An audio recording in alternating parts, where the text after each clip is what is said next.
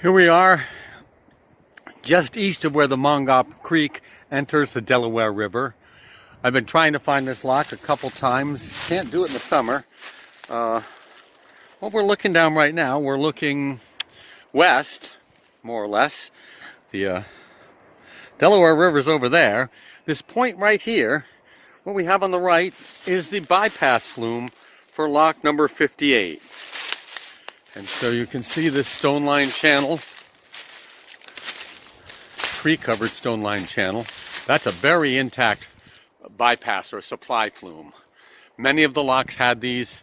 Each lock tender was responsible to keep a head of water, 6 foot of water, down to the next lock.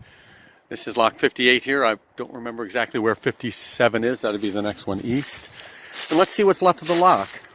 My excellent co-worker, Kayla Altland, down in Atlanta, found out that our local Girl Scout group recently cleaned this up and restored it. Here we are, lock 58. Trees have pushed it in. It's in fair condition. Boy, look at this gully here on the berm side, and even on the towpath side. There's, just to give us oriented, there's the Delaware River. The original plan I just recently read was to put a series of dams along the Delaware so as to create ponds, maybe similar to what they did in the Lehigh River down in Pennsylvania for the Lehigh and Delaware. Boy, that would have, they had enough trouble with the Delaware Dam where they made the pond up by the Lackawaxen end. I think they would have just had too much trouble with the lumbermen, and they instead had to build right up alongside of hills like this one, hugging this thing. Here we are now. We can look down into the lower end of the lock chamber. Yeah, it's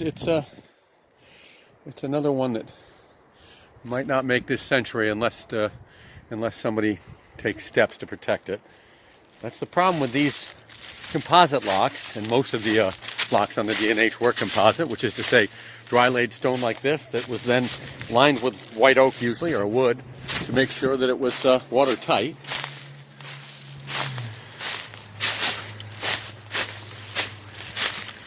This is one of those bucket list locks for me. I've been hearing about it. I've tried to see it a couple times.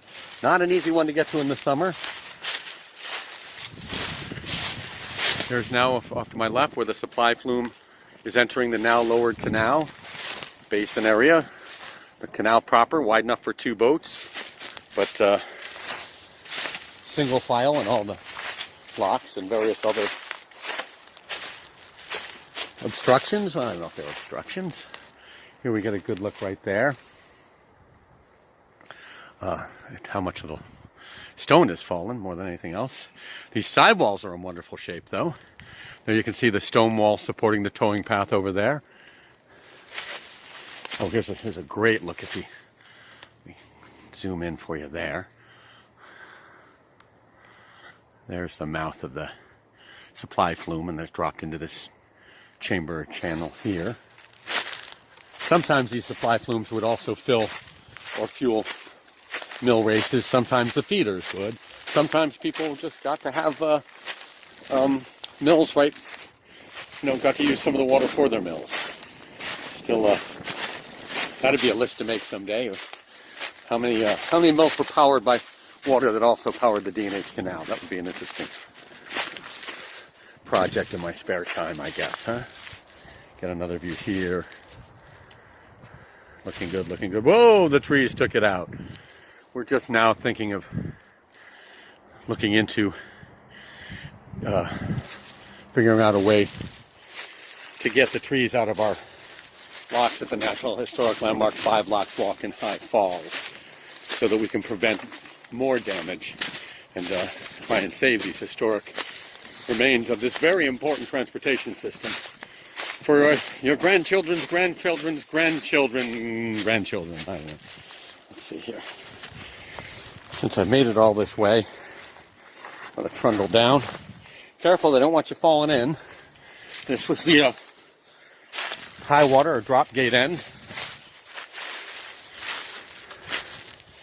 So we're at the bottom, and then that's the drop at the lock, the elevation the lock took things down.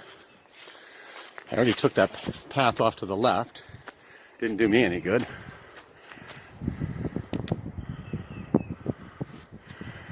just took you down by the water. But let me just walk this towing path side. Not too close, because you can see here's that breach we saw from the other side.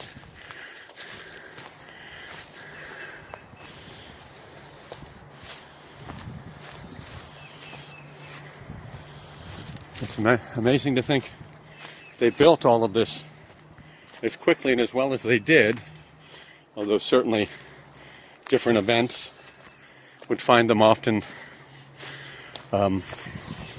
having to repair. A lot of floods, especially in the spring during your freshets. Let's just go get a final look here. This danger restricted area. I won't go down. Not easy to get down there anyways. But here we are, Lock 58 in the Mongat Valley along the Delaware River. Lock 58 again here, looking on the drop gate, the high water end of the lock. Restricted area. Be careful, people. We could see how it's fallen in there. But I noticed here we can go. I started this video up on top of this spit of land right here. Well, spit. This stonework that divided the fairly wide channel here. And to your right is the lock. And then right over here on the left, we'll get one more look down. Let's see if I can see the magic of something here. Got an artistic shot in mind, people.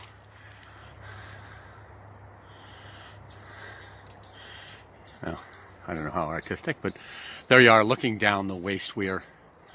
Excuse me, see, now I've done it. There you are looking down the supply flume, bypass flume here at lock number 57. All this old stonework.